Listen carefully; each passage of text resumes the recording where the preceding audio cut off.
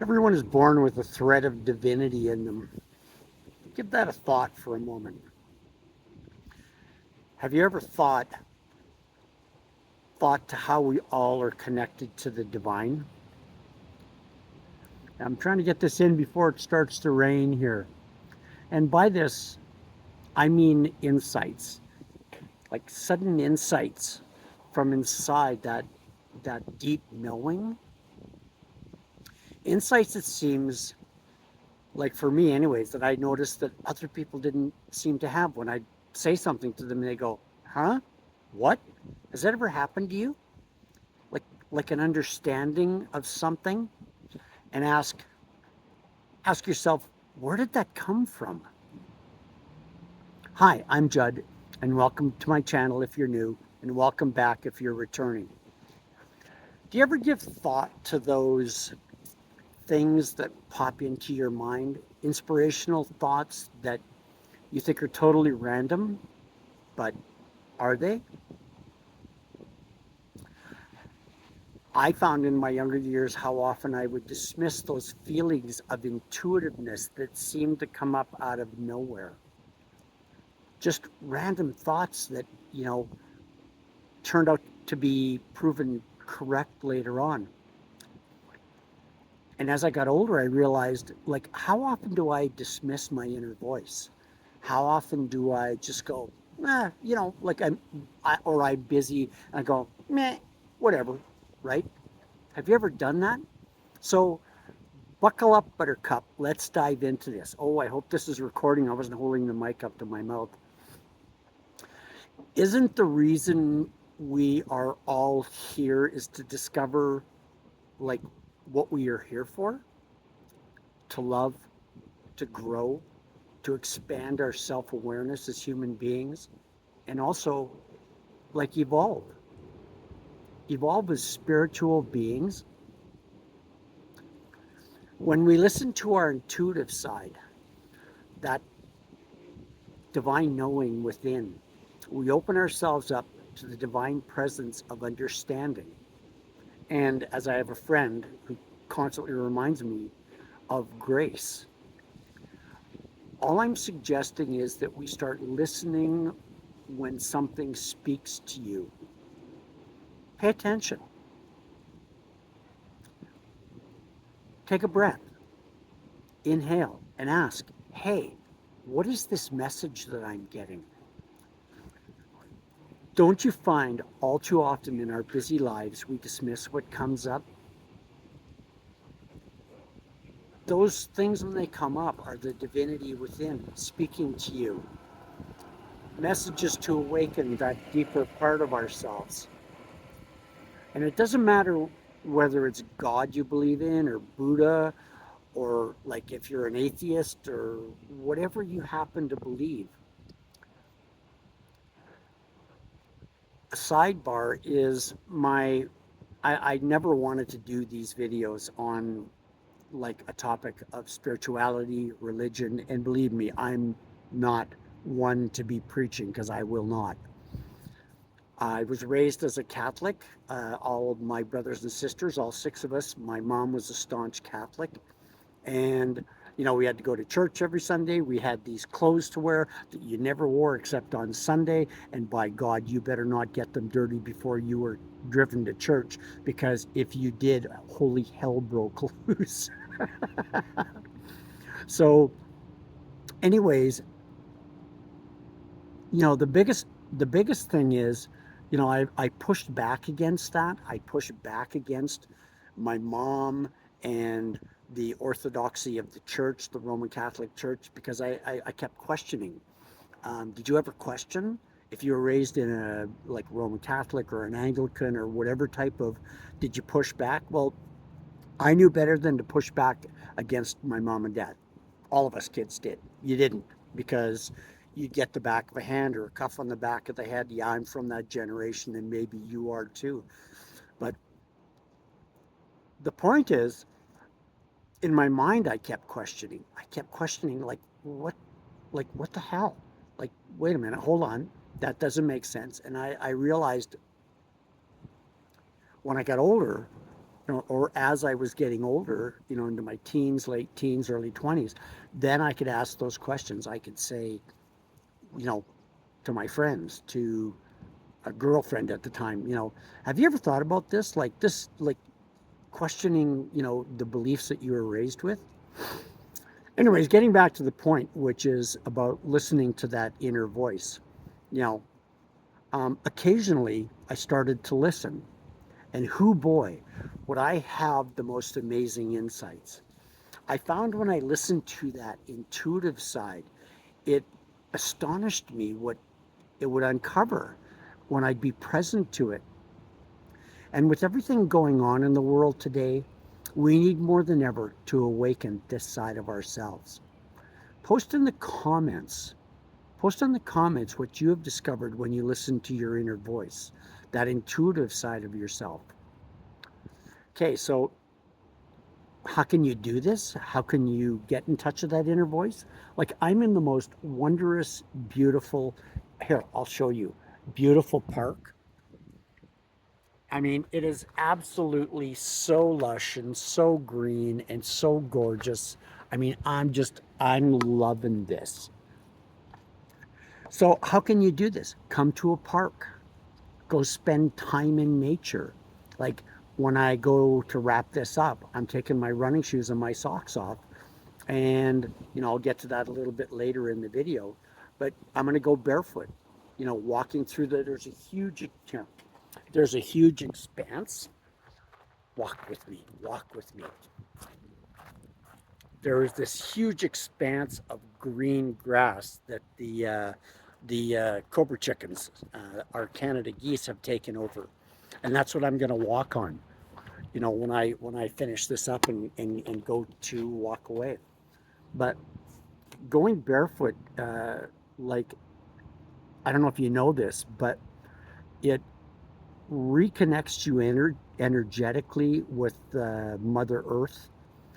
And she isn't called Mother Earth or Gaia for nothing.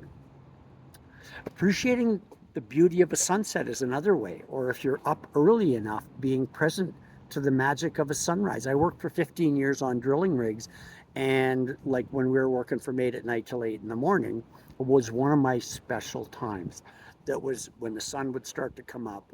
It was just unbelievably, and I didn't quite get it to the extent I do now, but I realized there's something magic about watching the sunrise. And so this is getting back to taking walking in on grass and and grounding yourself.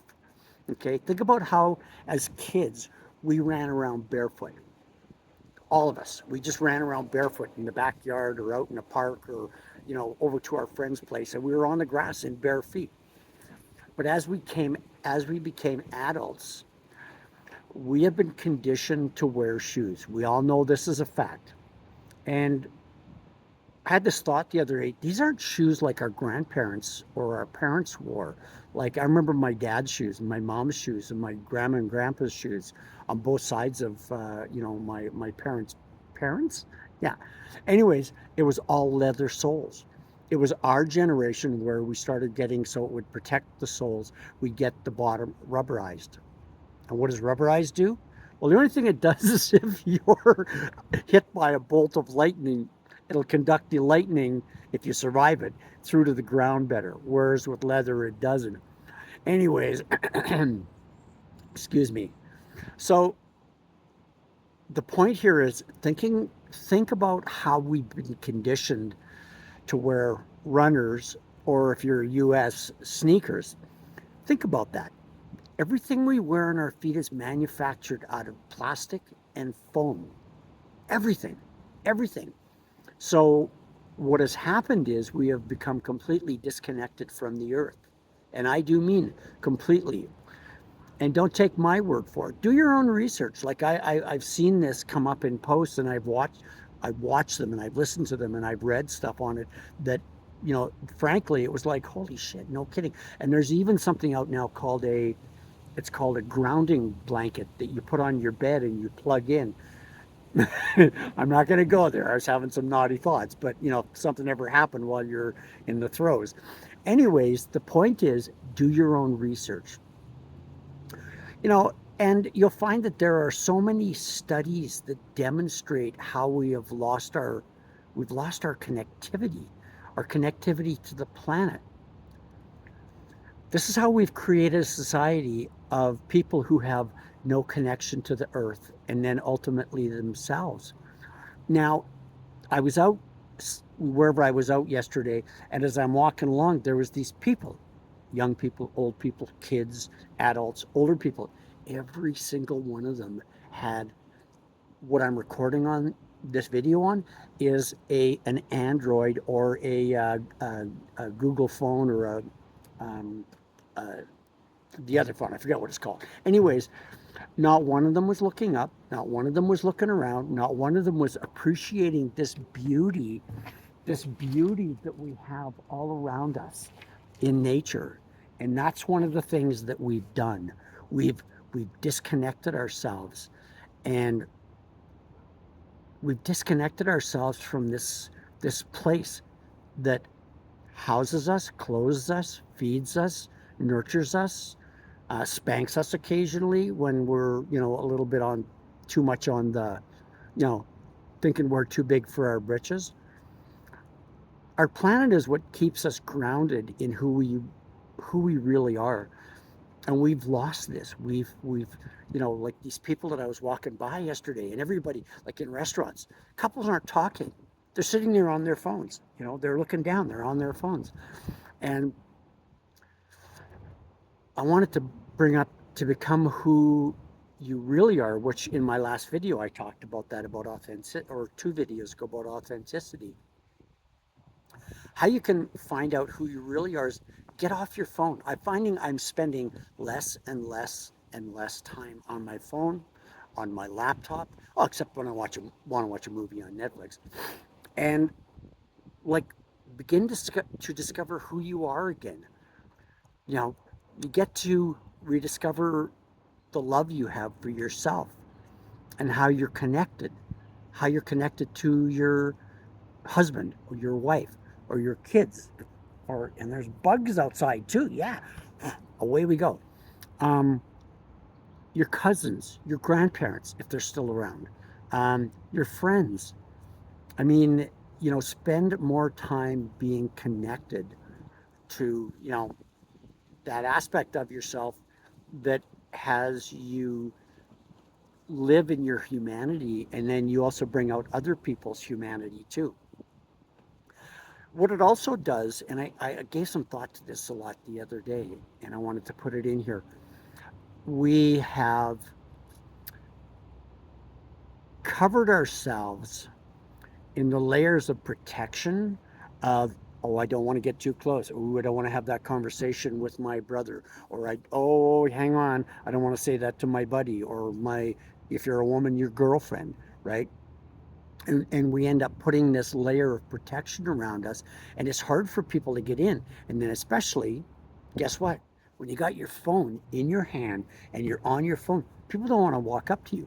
They don't say, hey, hi, you remember, we haven't seen each other for years, blah blah blah, right? But what you do is you get to shed that layer of protection that, when I look around, when I talk to people, everybody has wrapped themselves in this cloak of protection so that they don't have to have a conversation, because you might say the wrong thing and be met with, I'm a she her, not a they them. And my opinion about that is this: